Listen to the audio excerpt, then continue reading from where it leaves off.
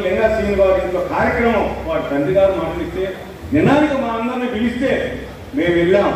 మేము ఇక్కడ శాసనసభ్యులు, పార్లమెంట్ సభ్యులు, పెద్దలందరూ వెళ్ళాం. ఈ రైతును ఏం చేశారండి? ఈ రైతును చెప్పు తీసుకొని కొట్టబోయిన మాట వాస్తవం. ఇది ఏ గుళ్ళోనే ఏడుపూరు వెంకటేశ్వర స్వామి గుళ్ళో నేను ఎంపీ గారు వచ్చి ప్రమాణం పూర్తిగా ఈ ప్రజాప్రతినిధి చెప్పు తీసుకొని కొట్టబోయిన దాన్ని నేను కూడా ప్రమాణం చేస్తాను. ఈ సందర్భంగా మీకు మనవి చేస్తున్నా. దానితో పాటుగా అన్యాయంగా సంక్రాంతి నాడు 15 రోజులు ఇలాంటి శ్రమ ఎక్కించి జైల్లో పెట్టించినటువంటి వాస్తవాన్ని మనం అందరం మర్చిపోదామా? ఇది వాస్తవమా కాదా? నేను పూర్తిగా ప్రశ్నిస్తున్నా. ఇది ప్రభుత్వంలో పనిచేస్తున్నావా? లాండ్ ఉందా? పోలీసు వ్యవస్థ ఏం చేస్తుంది? ఇంటెలిజెన్స్ వ్యవస్థ ఏం చేస్తుంది? ఏంటిది? ఈ రోజున ప్రతి పౌరుడు భయపడుతున్నాడు. ఏమవుతుందో బస్టాండ్ దగ్గరికి పోతే సాయంత్రం 6 దాటితే యువత తలకాల పోతుంది.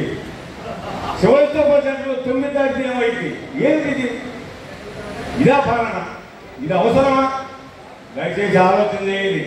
నేనైతే వ్యక్తిగతంగా ఒకటే, గత 40 సంవత్సరాల నుంచి నేను ఒక వ్యాపారాలు ఉంటే దాన్ని నష్టపోయినప్పటికీ వ్యక్తిగతంగా నేను భరించా. ఇంకొక అతి ముఖ్యమైన విషయం చివరిగా మీకు మనం చేస్తున్నా.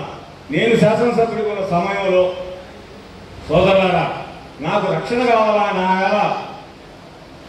గొల్లాపల్లి మండలంలో నక్సలైట్ తొమ్మ రామిరెడ్డి గారిని నక్సలైట్ వచ్చి వారి ఇంటి మీద మరి వారిని ఇబ్బంది పెట్టి వారు మరణిస్తే నక్సలైట్ మూలాన నేను శాసనసభ్యుడు ఉన్న సమయంలో అటు ఎస్సీ గారు, డిఎస్పీ గారు వచ్చి నీ నివాసాన్ని గుంటూరు మార్చమని చెప్తే నేను ఒప్పుకోనప్పుడు ఒకటే మనవి చేశారు, నువ్వు దయచేసి ఆఫీసులు ఎక్కడ వద్దు, ఇక్కడ పోలీస్ క్వార్టర్స్ దగ్గర అయితే నీకు ఆఫీస్ ఏర్పాటు చేయాలని డిఎస్పీ గారు స్వయంగా ఎస్సీ గారితో మాట్లాడి అక్కడ ఒక కార్యాలయాన్ని ఎన్ఎస్పీ క్వార్టర్ని పాల్గొని క్వార్టర్ని మాకు కేటాయిస్తే దాన్ని ప్రతి నెల 1500 రూపాయలు అద్దెకి తీసుకొని నేను ఆ కార్యాలయాన్ని ప్రజల కోసం, పని కోసం, నియోజకవర్గం నుంచి వచ్చినటువంటి దూర ప్రాంతాల ప్రజలకి సుగాది తండాల సోదరులు కానీ ఎవరైనా వచ్చినట్టయితే అక్కడ కాసేపు సేద తీరుతారు.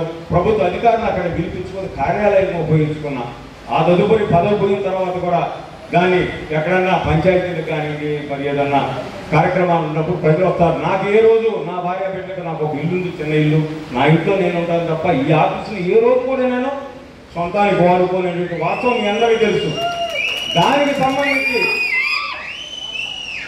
అది తొలగించే కార్యక్రమంలో కూడా నేను మనస్సాక్షిగా మనస్ఫూర్తిగా చెబుతున్నాను. నేను ఇప్పుడున్నటువంటి ప్రజాప్రతినిధికి నేను ఫోన్ చేసి నేను స్వయంగా ఇంటికి వెళ్ళి చెప్పా, దీన్ని దయచేసి తొలగించవద్దు. ఇది మనం స్కూల్కైనా వెళ్తాం, లేదా ఎక్సైజ్ డిపార్ట్మెంట్ అడుగుతున్నారు, ఎన్ఎస్పీ డిపార్ట్మెంట్ అడుగుతున్నారు, తహసీల్దార్ గారు అడుగుతున్నారు, ఏదైనా ప్రభుత్వానికి ఇద్దాం. ఇది నాది కాదు, నేను అధ్యక్ష చేస్తున్నా కాబట్టి నువ్వే కొబ్బరికాయ కొట్టి దాన్ని ప్రభుత్వ కార్యాలయంగా ఉపయోగించుకున్నట్టయితే 4 బాత్రూములు, 4 బెడ్రూమ్లు ఉన్నాయి, పిల్లలకు బ్రహ్మాండంగా ఉపయోగపడింది కొంతకాలం పాటు అని నేను మనవి చేస్తే సరే నాతో చెప్పి నైట్కు 4 ప్రొక్లైన్ చేసుకుంటూ దాన్ని ధ్వంసం చేసినటువంటి మాట ధ్వంసం చేయటం ఏందయ్యా? నిర్మించాలి. ఆ ధ్వంసం చేసినందువల్ల వచ్చింది ఏంటి? ఇక్కడ ఒక పాఠశాల కడుతున్నాం, 22 ఎకరాల ఖాళీ స్థలం ఉంది. ఎక్కడ కట్టకూడదు, అక్కడేమన్నా నేను ధ్వంసంగా కట్టకుండా పక్కగా కడుతున్నారు. అది ఈ రోజుకి అసంపూర్తిగా ఉంది. అంటే ఎందుకు చెప్తున్నానంటే వ్యక్తిగతంగా నా మిత్రుల్ని నేను కాపాడుకోలేని పరిస్థితిని, నా పక్కన ఉన్నటువంటి రైతుని నేను కాపాడుకోలేనటువంటి పరిస్థితి, ఒక విద్యార్థుల్ని మరి రాజకీయాల్లో ఉన్నటువంటి డాక్టర్ లతీష్ రెడ్డి లాంటి ఒక మిత్రుడితో మాట్లాడలేనటువంటి పరిస్థితి. ఈ విధంగా ఎక్కడన్నా ఒక మనిషితో నేను మాట్లాడతానన్నా రాజకీయాల్లో అంత భయపడే పరిస్థితి. ఈ విధంగా ఎట్లా కొనసాగాలనేది మీరు కూడా ఆలోచన చేయండి. నేనైతే నష్టపోయినప్పటికీ నాకు ఎటువంటి ఇబ్బంది లేదు. బ్రహ్మాండంగా వ్యవసాయం చేసుకున్నా, ఆర్గానిక్ వ్యవసాయం చేస్తున్నా, ఆవులు షెడ్ ఉంది, బ్రహ్మాండంగా వ్యాపారం చేసుకున్నా. ఆ వ్యాపారం కూడా అనుమతులు తీసుకొని మందమంచివారి వద్ద బ్రహ్మాండంగా నేను వ్యాపారం చేసుకున్నా. నాకు కాదు ఇది, నాకంటే కూడా వ్యక్తిగతంగా నేను అనేది చాలా అవమానాలు, ఇలాంటి పరిస్థితులు ఈ నియోజకవర్గంలో ఉన్నప్పుడు మరలా పైన ఉన్నటువంటి ప్రజలందరూ కూడా నేను మనం చేశాను. ఈ విధంగా జరుగుతూ ఉంది. మరలా ఎన్నికలు వస్తున్నాయి, ఏ విధంగా చేయాలంటే అక్కడ ఉన్నటువంటి గొప్ప నాయకులు పెద్ద వ్యక్తులు కూడా ఒకటే చెప్తున్నారు, అయ్యా మీ వద్ద ఎవరి దగ్గర డబ్బులు లేవు కాబట్టి మరలా ఇదే క్యాండిడేట్ మేము నిలబెడతాం, మీరు గెలిపించుకోరా అని అంటే నేను 2 చేతులు నమస్కారం పెట్టా. మా వల్ల కాదు,